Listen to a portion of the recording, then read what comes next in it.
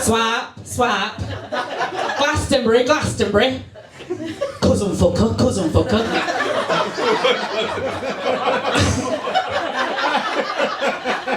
Give it up for Matt Hollins, for Mark Cram, for Salma Lyons, and for Nick Adamson, everybody!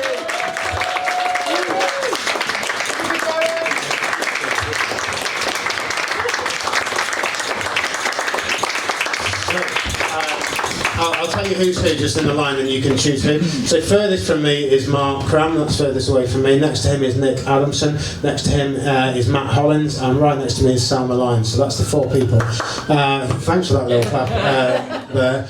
So let's take Mark as your starting point. Who would you like to pair Mark up with today? Would it be Nick Adamson, or would it be Matt Hollins, or Salma Lyons? Matt Hollins. Matt Hollins, okay, so Mark's going to become Matt and vice versa, which means that Nick is going to become Salma and vice versa. Looking forward to that, thank you very much. Your part is now over. Give them all a round of applause and make their way back up the stage. And so, that basically means we've got 8 performances to take place in the first section of the show. The first 4 will be the acts doing their own stuff, and then when they come back a second time, that's when they'll be doing the other act that they were paired up to be. So up first, as themselves, please put your hands together, raise your ears, give loads of love for Matt Hollins, everybody! Thank you, my name's Matt, and I was the Leicester Mercury Comedian of the Year, 2004. So that's 21 years now since I was funny. And I'm from Leicester. I got the train down here today. I do get a bit bored on public transport sometimes. I was sitting there bored until after about 15 minutes another train passed in the other direction. That cheered me up. I thought I'll get to London before them. They're going the wrong way. They're going the wrong way, the idiots. This lad, right, he got on the train at Bedford playing music on his smartphone really loudly without any earphones. I thought, how rude is that? He's got no consideration for the passengers. I thought I should say something really, but for some reason I didn't dare say anything. Then in the end, this woman turned around, she said, would you mind turning that music down please? And he said, no. He started to get aggressive in his attitude. I thought, well, I've got to say something now. So I did, I said something. I said, will you leave it alone, woman? It's only playing a bit of music. I had to say something. It was going out of hand. So I had a nice night out last night. I went to a cocktail bar in Leicester. I asked the barmaid for sex on the beach. She said, you'll be lucky, the last train to Skegness has gone already. Do you get it? Because you have to change your Nottingham and Newell. So it goes really early. And that's why that joke works. I've always been a stand-up comedian. I used to be a biscuit packer by trade. I used to work for Jacob's Biscuits in Leicester. I used to pack custard creams, bourbons, Jam Oxford rings. Yeah, Jam Oxford rings, you'll probably know them as Jammy Dodgers, but I was always professional. And I worked hard and I packed a lot of biscuits, but as hard as it works, you're just going to get a permanent contract, and it's so hard when you realise what you want to do in life. And you can't get a permanent job, and all the permanent staff, they used to look down on us temps. They used to say things like, we're going to be packing biscuits for the rest of our lives.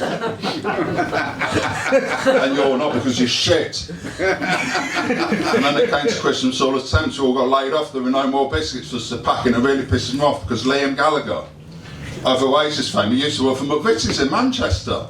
And I've got to know a few people in Manchester through doing comedy, and they told me Liam Gallagher was a fucking good biscuit packer. If he had stuck at it, if he had stuck with the biscuits instead of running off to all that rock and roll bollocks, all that snorted cocaine and sleep with groupies, so if he had stuck with McVitie's, not only would he be permanent by now, but he might possibly be a supervisor. So I tried to do a trick then. I don't actually own my own microphone at the moment, so I have to practice in public. So sorry about that. So I came up on the Northern Line from Bank. Really enjoyed it. I don't live in London, but I've spent a lot of time in London, so I thought I'd play a game. Guess the next station without looking. Moorgate, first time, I didn't think I was going to be right, it was Moorgate, brilliant. I got 4 out of 5. Well, technically I thought there was 6 stops, so you could say I got 4 out of 6, but give me credit, I got 4 out of 5, I miscounted. And I thought Mornington Crescent maybe a couple of times would come in. And but I didn't lock in. I didn't lock in, so it changed, so I was all right. And the lady opposite me laughed and said, I can't believe you nearly went for Mornington Crescent. And I realised I actually said it. I was embarrassing. But, she likes it. No, she liked it. She liked the cut of my jib, but I had to come here. So there we are. So I think that's my time. I finished on that half-baked idea. And I'm Matt Hollins. Thank you very much. Cheers. Give it up for Matt Hollins, everybody! And let's keep the applause going and build it up again, this time for Mark Cram! Hello Camden, how we doing? Thanks for that enthusiasm, guys. Good stuff. It's good to be here. My name is Mark. I am a bisexual. Thank you once again. We've got any other queer people in today? No, just one. Glad you're here. Very new to your community. I used to identify as straight until about 3 years ago, and then what happened was 3 years ago I got the COVID vaccine. Since then, just can't stop sucking dick, guys. That shit is Moorish once you get going, right, buddy?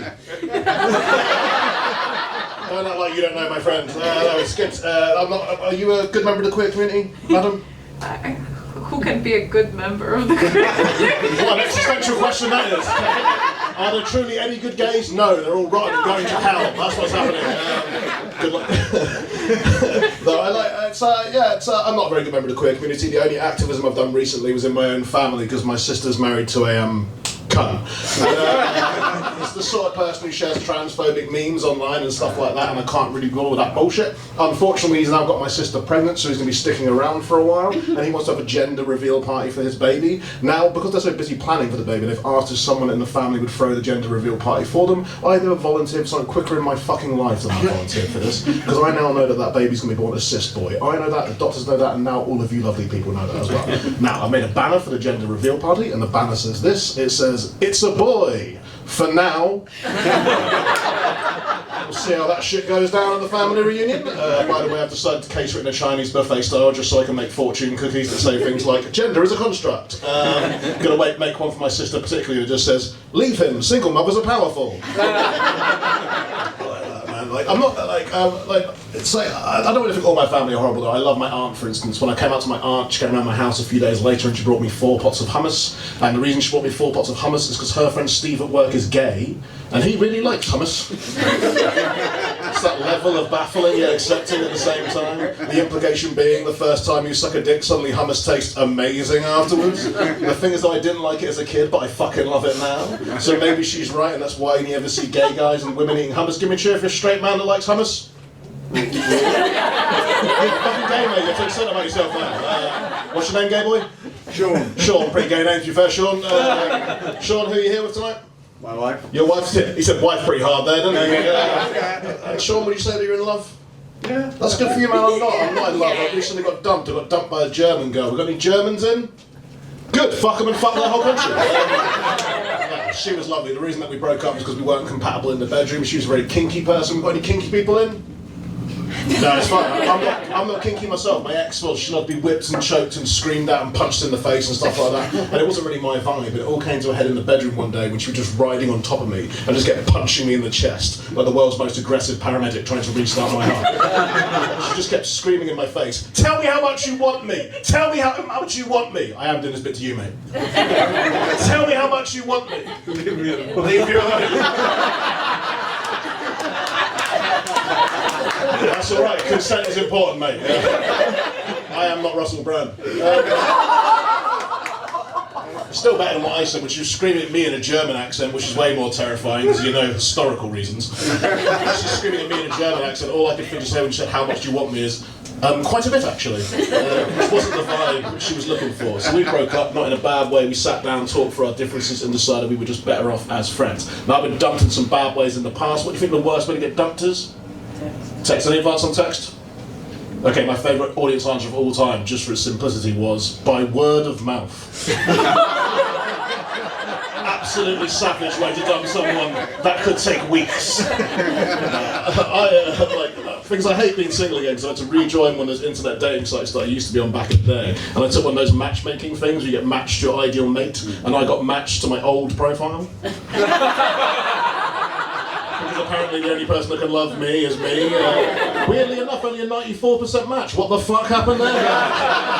You've been a pleasure having Mark Cram. Thank you very much. Mark Cram, everybody! And keep it going this time for Salma Lyons!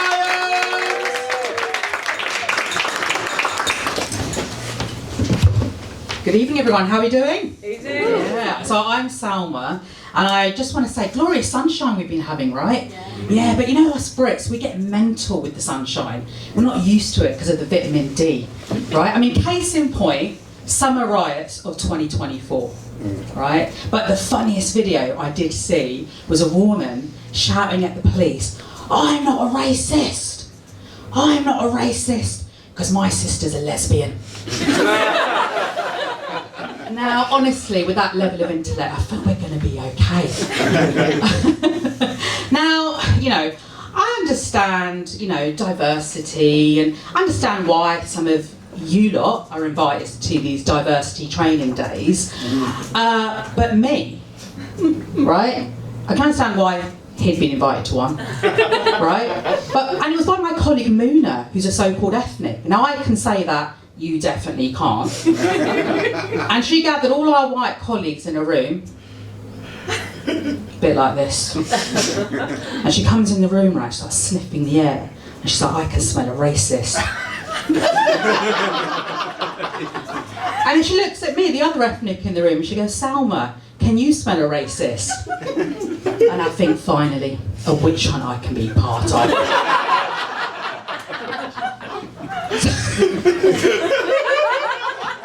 So I take a deep breath in, right, and my white colleagues start tensing up, bums clenched on the seat, a bit like this guy here. But you can unclench them, right, because actually I was remembering my school days and the smell of my first crush, Jamie. Aww. Or as we used to call him, Jamie the racist, right? Because to be fair to him, he was a bloody racist. But alhamdulillah, he smelled so good. He wore Lynx Africa. That is an ironic scent choice for a man who's all about white power. Right? His mum's stolen silk cut cigarettes and shepherd's pie. The trifecta of whiteness. Now, speaking of racists, I'm actually married to a white man. Correct response. For my sins, a bit difficult, right? I'm a Pakistani ex-Muslim, now married to a white Irish Catholic. And there's always at least one Irish Catholic in the audience. Say what you want, they breed like fuck. Look, right, my husband actually gets his own back. He tortures me every day with this game called Where Is It? You know the one where we're at the kitchen cupboard and he's like, "Where is it?" I'm like, "It's right there." And he's like, "Where?" I'm like, "Right there." And this is how he looks for stuff. I mean, I shouldn't be surprised. He's like that down there. Or it's what I like to call these days, my cellar. Yes. Give me a shout if you're in your 20s. Ooh, yes, I remember my 20s, right? My cellar, she was mean and tight, like Pretty Patel's mouth. I mean, these days she's more loose-lipped, like Gandhi slippers. Thank you. I'll leave you with this though, right, as well. The other thing that I love to hate is children. Right? Why is, you know, why are they sacred cows? Why is society so child-centred? Because they are stupid, right? I should know. I've got 3 of them. Children, not cows. Although one could be described as a cow. I know, I'm a terrible mother for saying that, right? But as I keep telling my teenager, right, I'm just hashtag telling my truth. Thank you. And the youngest, she's worse. She draws the her pictures are shit, right? She gave me one, right? Drew a whole fucking circle, 4 sticks coming out. She hands it to me. I start tearing it up. And I say, if you ever fat shame mummy like that again,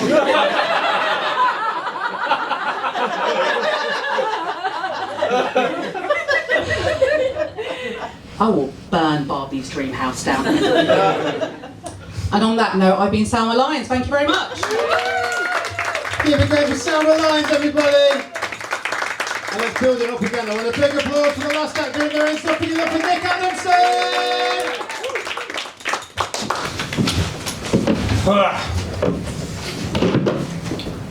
I don't want to start on a sour note, but I'm just tired of people complaining about dating in London. Are we all sick of that? We all sick of hearing people whine, oh, it's so hard to date in London. Oh, I just gotta get my phone and oh, I gotta swipe with my finger. Oh, it's so hard to have to do this. And then I have to text people words. Are you kidding me? And then we sit at a bar for 2 hours and I'm like, what are you doing? He's like, I'm a graphic designer. And I'm like, what are you doing? I'm also a graphic designer. AI, right? I know AI. I don't know what to do. Did you go to Glastonbury? No. Did you get tickets this year? I did. Oh, I hope I get to go this year.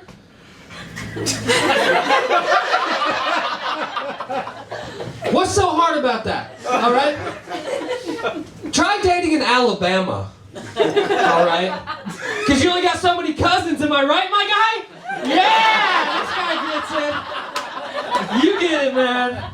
Shall we say the hardest thing about dating our cousins together? Ready? 1, 2, 3. Their brothers always get first dibs. That's right. Oh, it's tough. You gotta get in there quick. Gotta get there quick. No, it was hard because like I mean, big shock. I was a Christian. Yeah, you can take the guy out of church, but you can't take the church out of my haircut. Am I right? Oh man. I just can't do anything different. But no, I was so Christian. Like, I'm not kidding. My degree is a Bachelor's of Science in Biblical Studies. That one takes a second. I'm going to say it again slower. A Bachelor's of Science in Biblical Studies. All right, I have a Bachelor's of Science in BS, is what I'm saying. It was tough. All right, 4 years. The funniest thing is 4 years of studying, and my diploma just says Bible on it. Do you know what Bible means? Book. Book. My guy was like, I'm going to say it with you at the same time, brothers. But no, it means book. 4 years for book. I did 4 years for book. Did I finish the book? No, it's a long book. It's a long. Has anyone finished it? No. But Christians are forgiving, so they gave it to me anyway. But it was like, I spent so much time, like, I don't know how I did it. I don't know how I stood in front of a church. I was a youth pastor. I stood in front of people and said without smiling, the Lord is coming. Like I didn't crack a smile when I said, Christ is risen and will come again.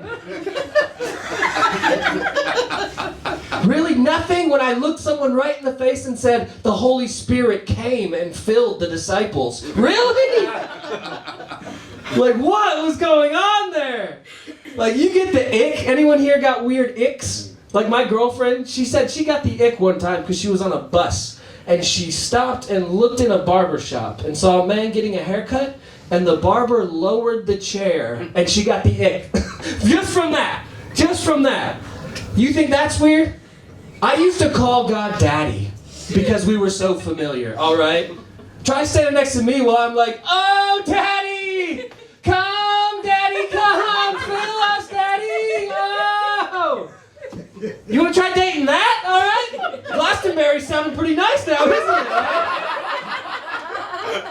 I don't ever want to hear people complain about it. It's also wild. I got 2 people asleep back here. There's 2 people that fell asleep right now. We can wake them up for the next acts. Good to see you guys. How you doing? Shall we pray together? Do you guys want to pray? I believe. Do you want to pray with me right now? No thanks. Okay. As we learn consent, it also applies to prayer. I do feel weird when people are like, they make fun of people who say like, oh, I'm praying for you. It's like, what else is there? Really? You know how weird it is when somebody tells me something bad and I just have to go, eh. Like, I got nothing else to say to that. Like, yeah, my habits want to be like, oh, I'm praying for you. But, like, I know people are like, that's weird, you're not doing anything. I mean, we're not doing anything either way, but at least I have something to say. Yeah, it is. Another thing I do want to say, like, to end on is, like, because I'm from Alabama, do you know how dangerous it is to have a southern accent in today's world? Like, if I talk like this, like, there's certain words I can't even say without your buttholes just getting real tight. Seriously, I could just be like black, and y'all are all uncomfortable right now. I said nothing, I just said black. And people are like, damn, what's gonna happen? Like, hey, there's a Muslim. Like, I said nothing wrong. I like your shirt, brother, but because of the accent. So, be grateful that you haven't had to change your entire personality and voice just to be accepted in today's world, everyone. Good to see you all. I'm Nick Adamson. I look forward to praying with you all now. Give it up for Nick Adamson, everybody! Swap that out and let's bring it on for the act coming back a second time to copy each other. So up first, this time with the material of Mark Cram. Welcome back to the stage, Matt Hollins, everybody!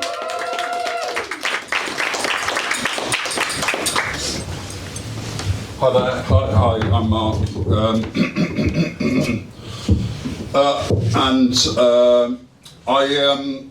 I'm bisexual.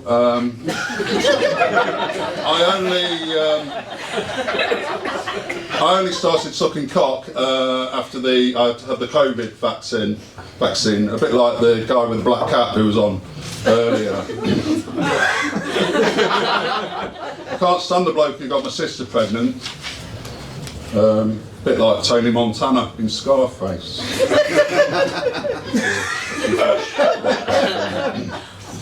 Single mothers are powerful.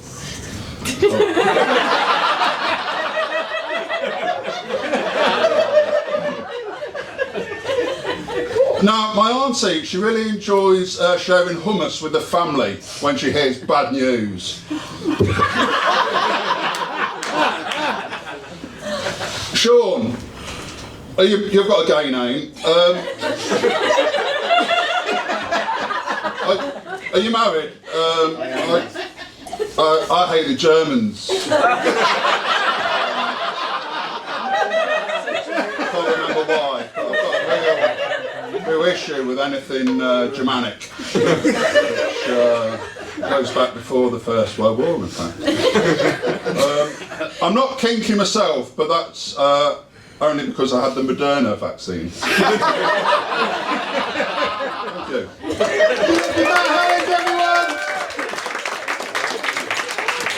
I think you can agree that was an absolutely identical copy of the act we saw earlier. We can see the reverse of that pairing now, this time with the material of Matt Hollins. Welcome back to the stage, Mark Cram, everybody! Hello, I was Leicester Mercury Comedian of the Year 2004. I don't know what that other guy was claiming to have done earlier, it was definitely me. I've not been funny for 21 years now. That's a long time, isn't it? And that's why that joke works.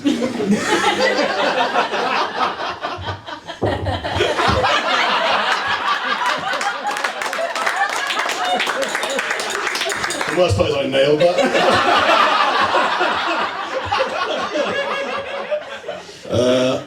I like trains a lot. Told a lot of jokes about trains. I tell a lot of jokes about trains to a level that you might suspect I'm autistic, but I'm not sure if that's true. I was on a train to London from Leicester, a train was coming the other way, and there was a lad on the train playing the music out loud, and that was really annoying. But then in a really comedic twist on the joke, I had a go at the woman who was having a go at the kid rather than the kid himself. And that's not what you would have expected to happen. And that's why that joke works. Then told another joke about going on the Northern Line, which is another train, isn't it? That's another train. I'm telling another joke. Sorry, I'm doing it wrong. But I was on the Northern Line the other day and I was trying to guess what the next station was after Bank, and it was Moorgate, and I was right. And then I told a really long joke about Mornington Crescent, which the audience don't really understand. Because I am massively overestimating the amount of people who listen to Radio 4 English. which is arguably my I'm now going to list some biscuits for reasons I don't fully remember. Custard cream, Garibaldi, Maryland cookie, Liam Gallagher. He was good at packing biscuits. He's also quite a famous musician, isn't he? And so that's why that joke works. Thank you. Up next, this time in the material of Nick Adamson. Welcome back to the stage, Salma Lyons!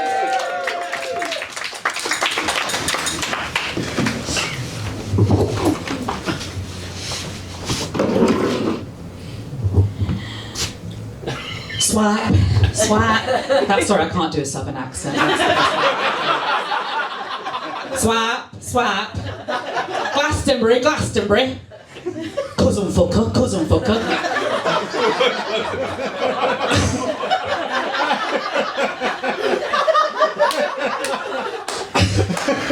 Big shocker. I'm a Christian. BS standing for bullshit. That's what I got out of that. Bible, Christian. I'm going to say Muslim. Black. No, doesn't sound funny when a brown person says it. White people. Why did they get the monopoly on that as well? Oh yeah, I'm supposed to be a Bible lover now, okay. Christ has risen! Coming! Holy Spirit! Weird ick! My girl on the bus. I didn't get that, sorry. Oh, this is a bit. Oh, Daddy! Oh, Daddy! Oh, Daddy! Oh, Daddy! And pray, motherfuckers! Pray! I take this like a butthole tight. That's all I got, folks.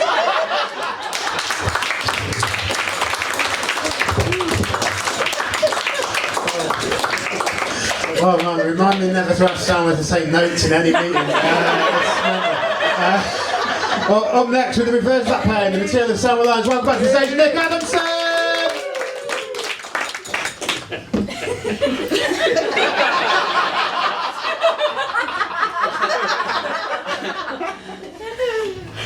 Hey, white people. What's that smell? I smell racist. That's what I smell. Yeah, I'm a Pakistani ex-Muslim. Y'all relax, it's fine. I can say Muslim, I didn't mean anything. I don't need diversity. I'm brown, all right? I'm brown, it's okay, I don't need it. Are you all uncomfortable, you bunch of white people? Huh? Jeez. Ridiculous. Even the weather's racist. You guys need vitamin D. Vitamin diversity in this place. Jeez. You kind of look like my crush. You don't like brown people, do you? What's that smell? You smell like a shepherd's pie, you racist cunt. That's what I thought. I'm so diverse, I married white. Just to prove I'm better than you. But my Irish Catholic husband sucks. Alright, that idiot, all he can do is breed. He's just spreading and spreading. Asshole can't find anything. Alright? Can't even find my loose, old, baggy vagina. Alright? It's not that hard. Look at our big fat fucking son. He came out and made it that way. You can find him real easy. Had to smack my dumb daughter because she drew my big fat pussy. And I was like, hey! Stop drawing big circles! You know that hurts mommy's feelings!